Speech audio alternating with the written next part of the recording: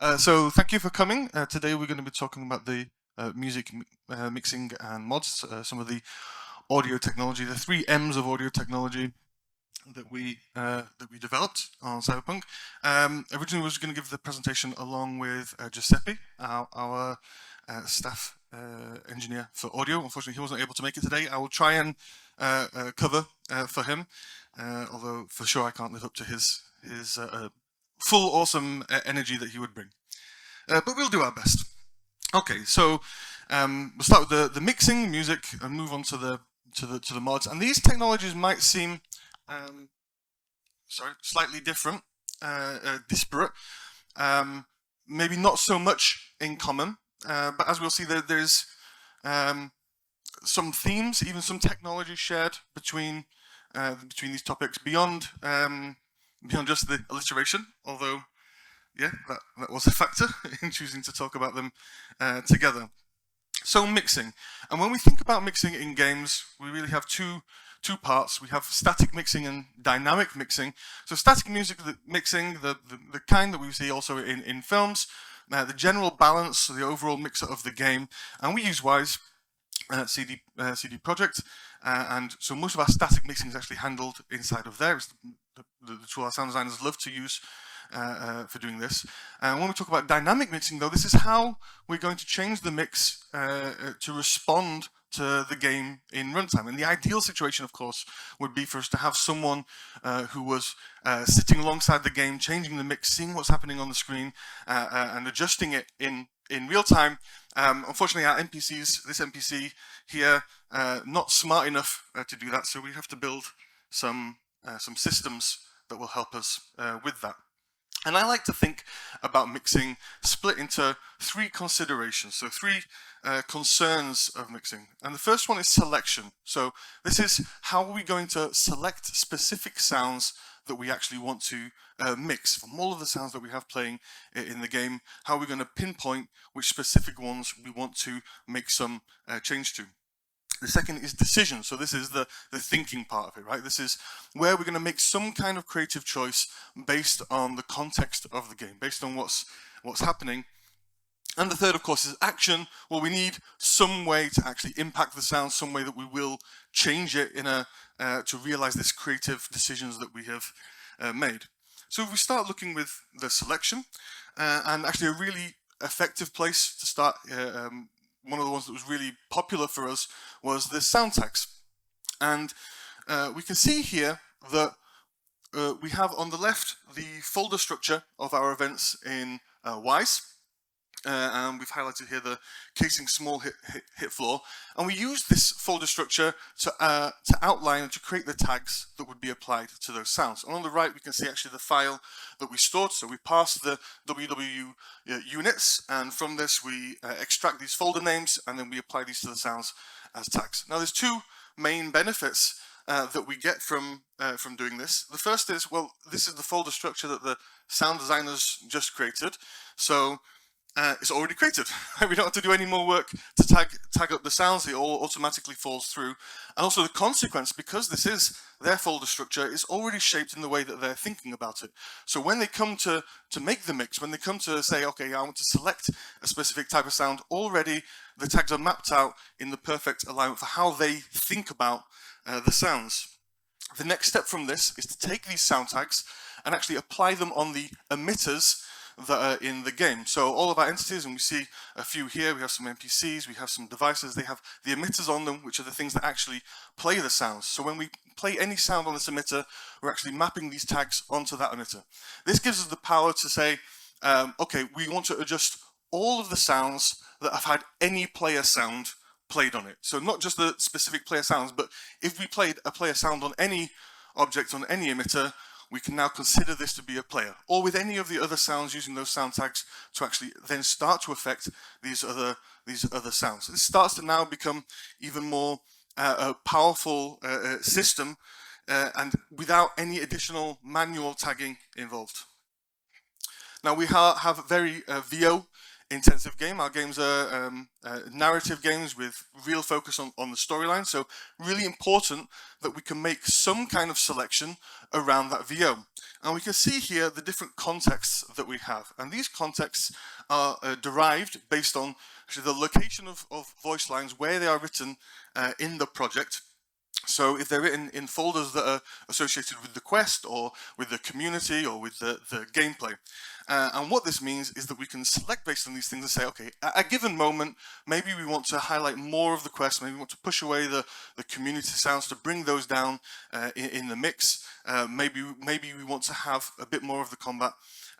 Additionally, we can override these as well. So it's important that even if you have some systemic approach to tagging that in place, that still you have the possibility to say, okay, but at this specific moment, what we want is the combat. Right? The quest designers can go in and they can say, now we're going to highlight the combat, and we're going to treat this as if it was, for example, a quest VO. And of course, talking about the narrative, another really powerful way for us to be able to capture what's happening in a cinematic scene is for us to use the actors. So based on the actors' names, so these are just the names that have been applied by the cinematic designers, we can grab that entity and say, okay, all of the sounds on this entity, now we want to apply some mixing to those. And we can see here some debug from Phantom Liberty. So we have a few actors here, two Songbird holograms. Actually, one is for the holocall, one's for the actor that we see here, and Johnny, who's actually just been kicked off the stage by Songbird in this situation. Okay, so we have some ways now that we can grab onto specific sounds. We're going to need to make some decisions, and if we want to make decisions, we need to know something about the game. So easy way for us to start here. If we think about mixing and with big changes in mixing, combat is a good place for us to start. So let's look at the enemy state count. So here we're trying to think of, okay, what state is the AI specifically in? Is the AI unaware of the player? Are they in the combat state? Are they maybe curious about the player and doing something here? And the important part here is that we're going to have this context from the AIs, from the enemies that are near the player, but this is not powering directly the state of the music. Actually, this is coming into us as information, as context for the game, and then we can make some decisions. Okay, how do we want to respond to that? We have this decoupled, and you're gonna hear this word a few times actually throughout this presentation, because not always we have this case of a one-to-one mapping between what we want to do with our mix and what is happening in the game. Of course, we want to react to it, but we also want to have some creative control. We also want to be able to shape this in the way that we want. And sometimes we simply don't have those specific states or that specific logic in the gameplay to reflect. We have to deduce it ourselves from different contexts. Gameplay events, simple but really effective. If the player fires their weapon, okay, this is a really good hint to us that something has happened, especially if we're in the context where we have maybe some enemies nearby or there's something happening in the quest. This can really be informative and let us be reactive to what's happening. And similarly with audio events, again, we're going to try and, as much as possible, avoid creating lots of extra work for our sound designers to tag things up. Now, if we already have some audio event, and this is probably the case if we have some interesting situations, maybe some custom situation that is happening, then probably we can hook into those audio events, and this is going to give us some good context about, yeah, maybe we want to change our mixing now. And speaking about gameplay, in Cyberpunk, one of our pillars was to try and have this seamless cinematic experience, so seamlessly moving between the full gameplay here, what we call tier 1, where the player has the full control, and then starting to restrict them more and more, where maybe they're limited to a specific area, or maybe they're stuck in a spot, but they still have some interaction, all the way up to the full cinematic tiers. And whenever we're moving within these tiers, again, okay, this is a really good hint to us that something has changed in the story. It's going to give us a nice hook for something for us to react to. And finally, in terms of having the context, also we want to have the sound designers be able to shape this context around the locations in the world, depending on where the player is, that they can influence this mix. So for this, we add the mixing context to the ambient areas. And this is the tool that they are very familiar with. So we have the whole world is of course covered with detailed ambient areas for the ambience, which is a huge part of the soundscape that we have in our games. So probably there's already some area there, but even if there's not, even if there's some special location where they want to do the mixing, it's also the tool that they're very familiar with, really capable of using this tool in an effective way to get exactly the precise mixing they want at different locations. Okay, so now we can make some decisions. We actually need to do something with them, right? We need to change the sound. First, let's have something very simple. Okay, event override. It's so simple it seems almost silly to show it, right? Event A is going to play sound A. We're going to have our mixing actions going to come in, and we're just going to make it play event B instead. So technically, really not much to it. But in terms of the power that this gives for the sound designers, actually this is a lot. When they can replace the event in a specific moment without having to go to the original implementation, maybe whether that's tagging an anim or setting something up in the scene or in a quest, but to easily be able to replace that event, they then have the full power of everything that they would normally do to create that event. Maybe use a whole different wave file, maybe just change the way that they've implemented this in Wise, using some different attenuation settings, applying some effects, all of this. And speaking about Wise, of course, this provides us with a lot of capabilities for dynamic interaction with the game, and the main way of having dynamic interaction there is to use the RTPCs. So pretty obvious that we want to have the ability for the sound designers to set the RTPCs from our mixing actions, and then they have all of the controllers that they're familiar with, that they're used to using in Wise. And additionally, we offer an extra version of this RTP specifically for volume, which is called the dB offset. So here, instead of setting, for example, a 0 to 1 or a 0 to 100 value on their RTPC, we actually do the computation to dBs and then pass this through to Wise. What this means is that when they're dealing with the mixing scenes in the engine, actually they can reason about the volume, again, in the way that's familiar with them, and especially when we start to stack these volume adjustments on top of each other, it's much easier for us to reason about how these volumes will combine when we think in dBs versus thinking about linear volumes.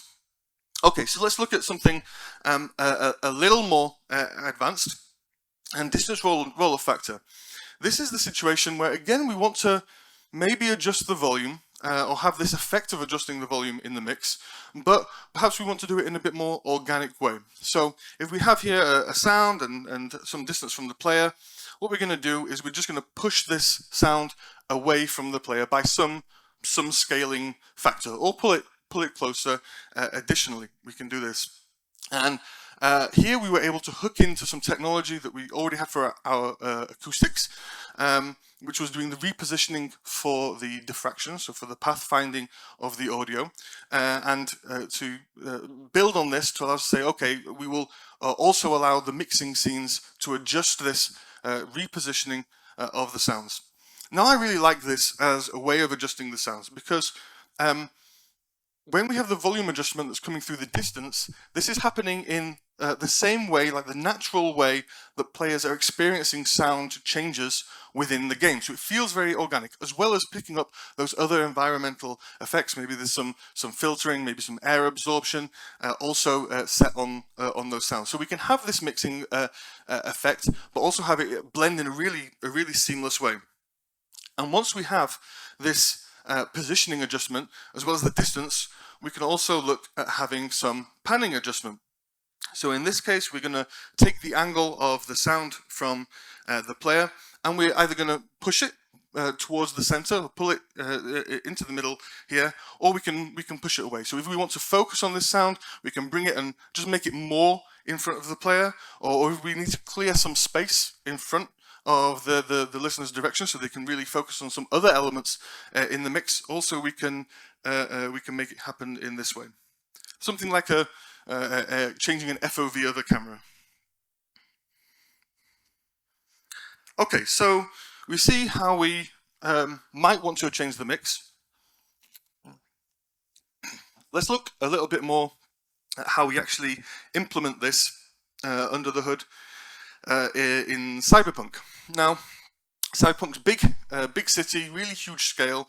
Definitely, we can't do custom scripting for all of these things. It would simply take too long. So we need to implement some systems, some things that will help us to deal with this scale and manage to implement this broadly over the story and over the city.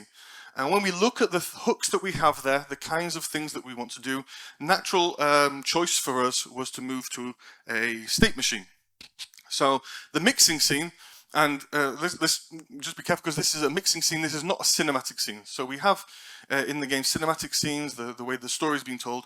Mixing scenes are our audio representation of the mixed states that we want to have. Represented as the state machine here. So when we have a state, as we see on the right here, the state is going to represent the actions that we want to do and also the selection. So select what we want to do and the action to it, and then our decision. This is going to be the transitions between those states. So we're going to use conditions based on the context of the game. These are going to drive our mixing state machine. And we will end up with our custom dynamic mix based on what we have happening right now in the game.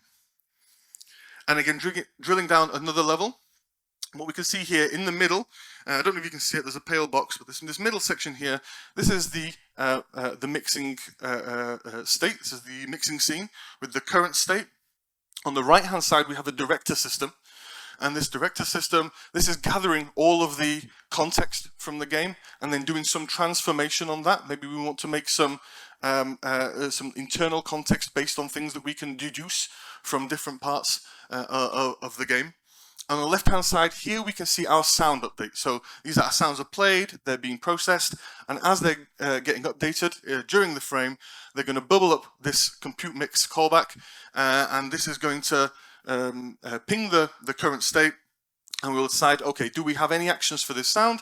If not, okay, we don't need to do anything. If so, then we will have a mixed data struct, and this is going to be adjusted based on the mixing actions that we have and the context from the sound as well. So when we're looking at the sound tags there, when we're looking at the emitter tags or the VO context, this is where we can start to make some decisions about how we want to affect this, as well as doing interpolation between different transitions that are happening on this state.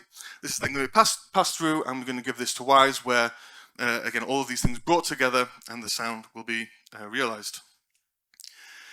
And of course we need some data to drive this, right? We want our sound designers to be able to author and control the mix. So what we can see here is our metadata editor, a very simple editor that we created for dealing with the game context metadata that we had in Cyberpunk, and we extended this with quite a simple node graph editor, which is what we needed at the time. So we can add in the notes, we can connect them together with the transition.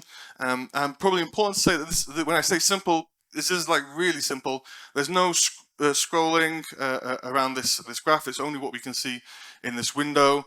We don't have a lot of the functionalities probably that you take for granted if you're using a graph editor in for example, in Unreal or tools that are more developed.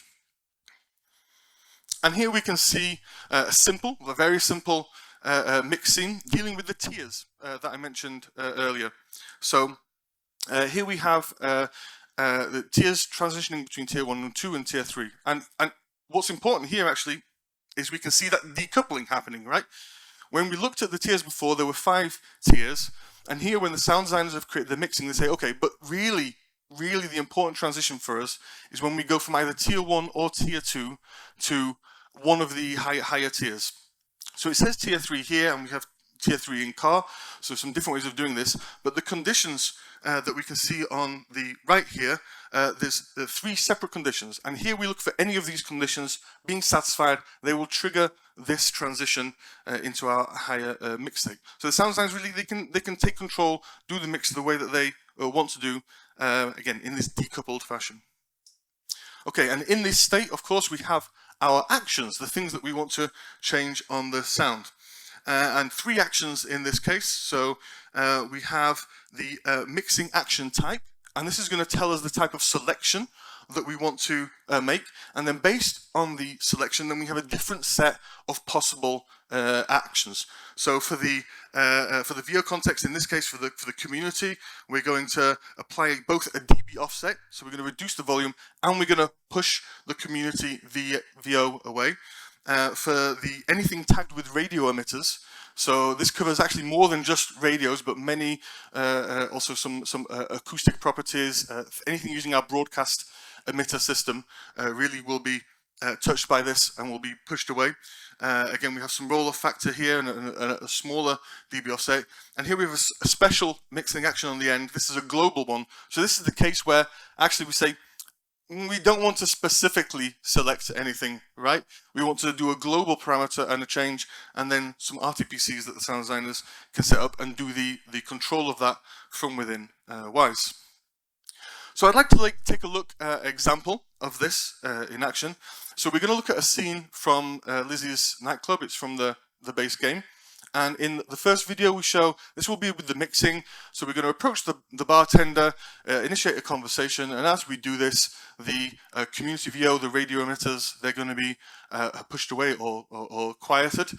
And then in the second example, we're going to disable the mixing actions. So we will hear that same scene, but this time without the dynamic mixing applied. Oh, depends what you're into. Maybe you can tell me about it. Hey, another round of... Hey, get you something. Looking for Evelyn Parker. You know if she's here? Who's asking? And the second example. Oh, vanilla and sprinkles? Or wax? Maybe electricity. Zappies. Here's Hey, get you something. No problem. Right, privately. Right. How much? Relax. looking for Evelyn Parker. You know if she's here? Who's asking? Okay, so the difference there, quite subtle, but hopefully you can hear in this second example, the music's just that bit louder during this conversation, and also we're still hearing some of these community dialogues. Now, it's not even that it sounds wrong there, but it is taking us away from this cinematic aesthetic that we want to have when we enter this conversation. Okay, so one question that we asked ourselves when we were developing this was will we need multiple, or can we just have one? Having multiple mixing scenes would complicate a lot the tech that we were doing, so we did start with just one mixing scene, and this is how it turned out. So yeah, not that pretty. As you can see, we have a mix here between, we have some of these tier scenes that we've seen before. We have some Quest ones, Q005, Q004, some custom ones being done in Quest. But there's two, at least two, maybe two main problems that we have with this situation here. Probably like many more. Well, the first is, if you remember, I said that this is quite a simple node graph editor. So there's not really any nice way to zoom in on this or to move around this graph. This is just how it is. In fact, what we found our sound designers had to do was, if they wanted to work in this, they would have to stretch it across multiple monitors in order for it to be usable. Not great. And the second issue that we have here is actually more of a workflow issue. So even if we can clean this up and have these functions, it's still like a really big tangled mess of stuff. If you want to add in a new state, well, it's going to be really tricky to work out how will we actually, where will we put it, right? Where are we going to connect these things? So the answer to the question, in the end, yes, we will need multiple mixing scenes. So we added this functionality for Phantom Liberty, and we shipped with around 50 additional mixing scenes. We never did clear this up, right? At this point, it was too tangled for us to approach and try and fix. So yeah, word of caution there. If I could go back, I think we would start with the multiple scenes. Okay, so music, our second M. And actually, when we start to think about the music and the dynamic music, the way we want to deal with this in the game, the problem is quite similar to the one that we have in mixing, right? We have some game context, and then we want to trigger the music, but actually we would like to retain some kind of control over that and not have it only simply triggered by some events that happen in the game, but to be able to manipulate this. So natural thing for us then to say, okay, well, let's reuse our tech that we had for the mixing and apply this also to music. And actually doing this was very simple, it turned out. The only real difference between what we needed for a music scene and what we needed for a mixing scene is that a music scene needed to trigger events, where the mixing scene had all of the different mixing actions. So we added to the mixing scenes the enter and exit events. So as you enter or exit a state, you can have an event triggered, and that was it. We then changed from having just mixing scenes to what we can call audio scenes, and the only difference between these is the expression in data. So you could potentially use one scene and have it do both things. It's really up to the user to define that.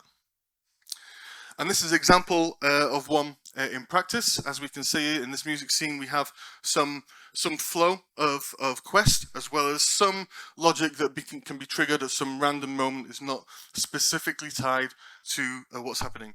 And we can already start to get some hints, actually, of how we're controlling this flow. If we look, we can see some of the okay, it's maybe a bit hard to read on the slides, but we can see some of the labels that are on the transitions here, and we can see there's something about VO here as well. So, as we created this technology, of course, it's important for us to also ask ourselves the question of do we actually need to have it, right? It can be fun for us to make some new technologies or to extend even existing ones, but is it actually providing value? Well, the traditional way of us implementing this dynamic music, especially when we're thinking about the narrative side of this, is to have things placed in the quest graph. And here we have example of not the most complicated one, but one that I could fit on a single slide. Something created by the quest designer. So for a composer to come to this, well, it's a little complex, right? It's a little hard for us to find where we want to put something. Even sometimes I would say only the quest designer who authored this this graph would really know what's happening here, where the important elements of this graph are. So let's decouple it, right? Let's pull these things apart. And our solution to this was what we call signposts. And these are simple nodes that can be placed in the quest graph, and it's simply a name that's going to be passed through our system, and it's going to let us know that we're at some point in the quest. So the quest designers will go through their graph and they'll say, okay, now we're at this point of the quest. Now we're at this part of the quest.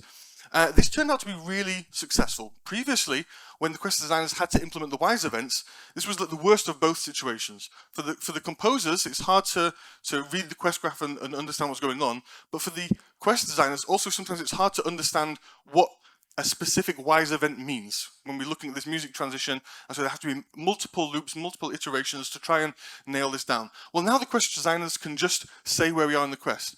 And this is so comfortable for them, actually, they started to do it by themselves. So sometimes we were coming to the quest, and we were saying, okay, we want to implement music. The signposts were already there, right? They're already been implemented. So this was super cool.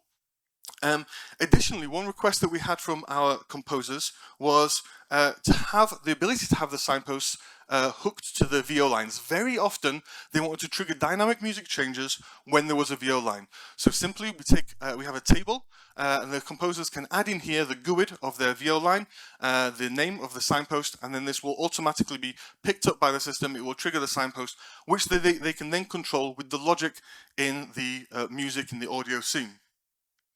So we have the signpost, it's going to come through. And again, once again, the decoupling, right? Because this is kind of abstract concept with the signposts, actually we can deal with them any way that we want. So when we receive a signpost, this could either be something that is going to trigger a transition, or maybe even it's going to be something that is going to start a new music scene. Now we have to be a little careful about this, because now we have multiple music scenes that we can have on top of each other. So it's a little more complex to handle, but still it can be a useful thing for us to apply. Let's take a quick look at a scene that is implementing this. So maybe a famous scene from the base game. Let's see your cred. Brick got it. It's all paid up. Brick got it. I don't see any fucking brick around here, do you? So as you can see, Royce, as he hits the door and he walks through, here we have this change in the music, and this is the zoomed in look at what we have. So on left here we have the music scene. We have all of the possible transitions that we can come out from here. The audio mix node. Okay, we didn't change the name of the node, but this is our audio audio scene node. This has the signpost. It's going to trigger the signpost down to our music scene. We have the transition here, and then on the right we can see that transition has indeed happened.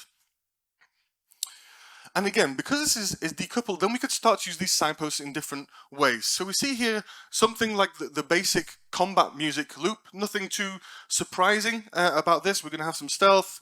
The enemy can be alerted. Then we're going to have the combat, and then ultimately we will stop. But we have many different cases where we have this logic, and always we want to be trying to make things more convenient, right? More easy to develop these systems at scale. And so what we found is that when we have these repeated cases of logic, what really helped us was to create templates. So we can have the scene, the logic's designed, and we will just take the template. So the composers, they can only re-implement the events that will be triggered on this template and not have to draw out the logic of that. Here we see some template. This is for open world template, and then we have the gang. Maybe we could also have some cyber psycho or some different open world combat music. And it also meant that we could again, now that we're decoupled, now that we have control of this logic, we can do our own testing. So here's the system as it's being driven in the gym.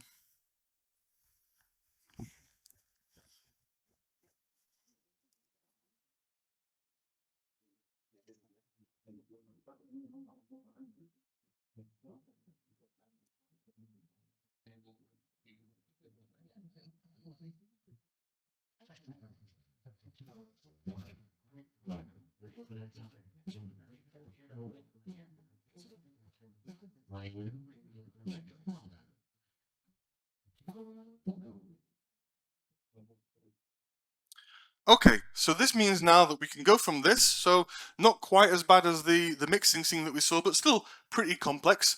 And instead of having to re-implement this each time that we want to have a combat music, the composers are simply going to see this, right? They have the graph has gone away. Instead, we just have template scene open world cyber psycho, and then they will re-implement the specific events for each case. And then we went a step further for this actually on Phantom Liberty. So some of the flows that they had were maybe not the same in each case, but also quite simple, and they didn't want to have to draw the graph out each time. And what we found, it was possible for us to create the case where they could simply enter the events in this node system here, and then automatically we would generate the scene. So it's just a different view on that. But again, another thing that when they have these more simple cases, it speeds up the development. It takes a little bit of the weight off them from having to develop that. Important point here is the any state. So because these are being automatically generated, we had to really lean on this any state to make sure that we never get locked into some specific state as part of the music. Okay, mods, and I know the times are precious, so I'll try and move quickly. Third M. Now we don't have the shared technology in the same way that we do between the music and the mixing, but aside from the alliteration, there still is this concept here of taking this base technology, right, and then reusing what's already there to have this extended result. Now, mods is something that we've had in our games for a long time, and we really wanted to support our modding community with the ability to do audio. Typically, it's quite tricky to do if you're using Wise, because if you don't have the Wise project, you can't recompile it, you can't make the adjustments. the modders do find ways to replace sounds, but it's quite laborious, and we really wanted to give them more accessible ways. And here's the tool that we had developed by our partners Yigsoft and shipped in RedKit.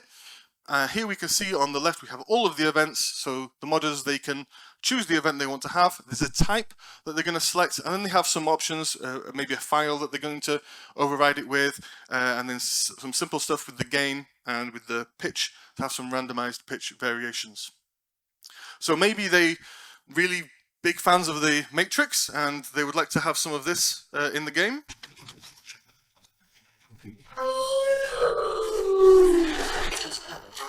Those classic cyberpunk film buffs, or maybe they're really into their old school films, and what they mostly miss out of cyberpunk is a Wilhelm scream.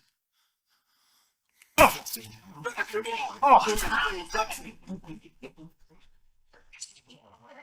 course, something our sound designers wouldn't dream to put in themselves.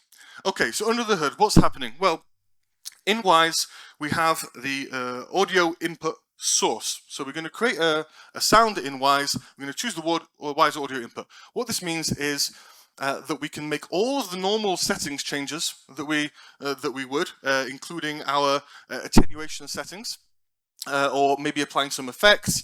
And then at runtime, we're going to need to supply the audio data to Wise in order to go forward. And we see here, if you look carefully, you can see that we have some VO attenuation here. This is because this is very similar to the way that we deal with external VO sources, also the way with our broadcast emitter system. And so we create a bunch of these sounds which define the types that we saw in this first photo. So maybe we just allow them to skip it if they're going to re-implement this sound some other way, or we have a variety of different attenuations, maybe something that's suitable for a room or a street, maybe something they want to hear across the entire city. Some options with occlusion, especially useful for quests, where you still want to have something sound in 3D space, but you definitely want it to be clear, right? You don't want to be cut off by the geometry, by the occlusion. Something for the menu, and also the ability to interact with our radio system, with our broadcast emitters that we talked about.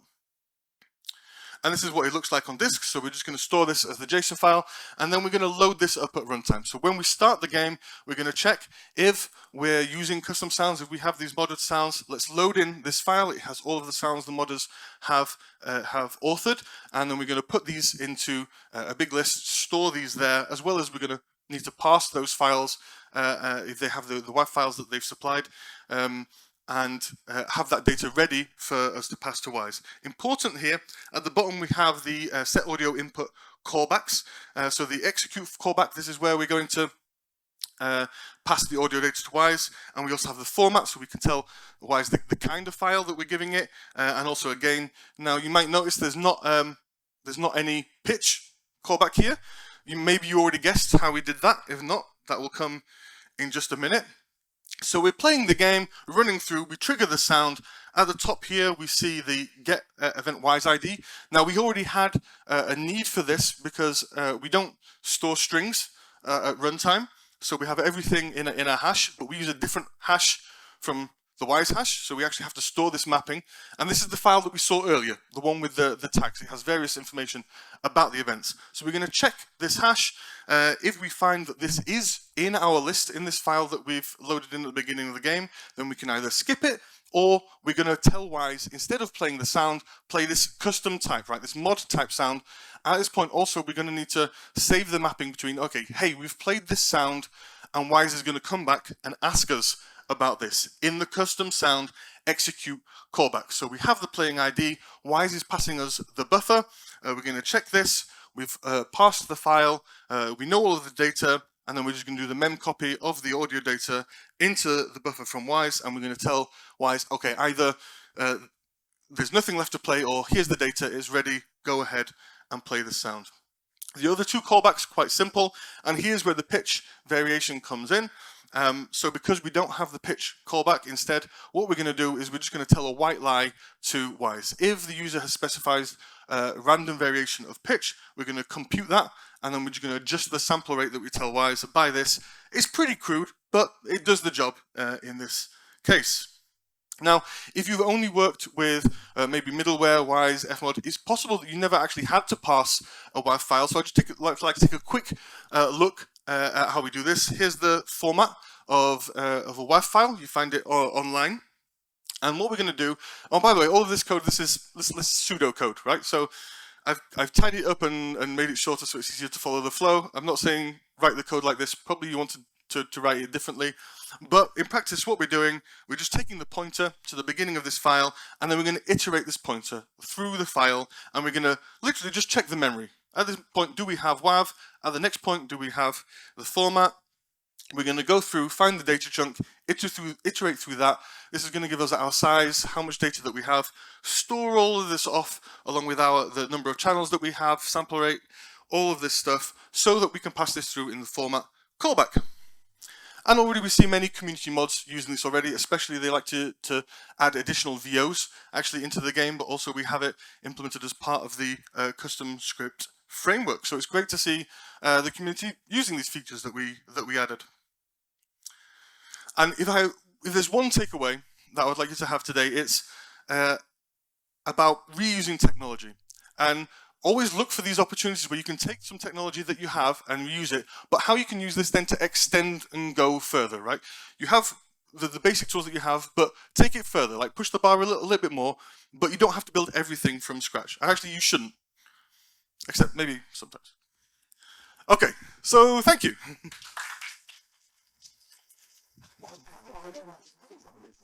And yeah, if you have questions, we have a microphone.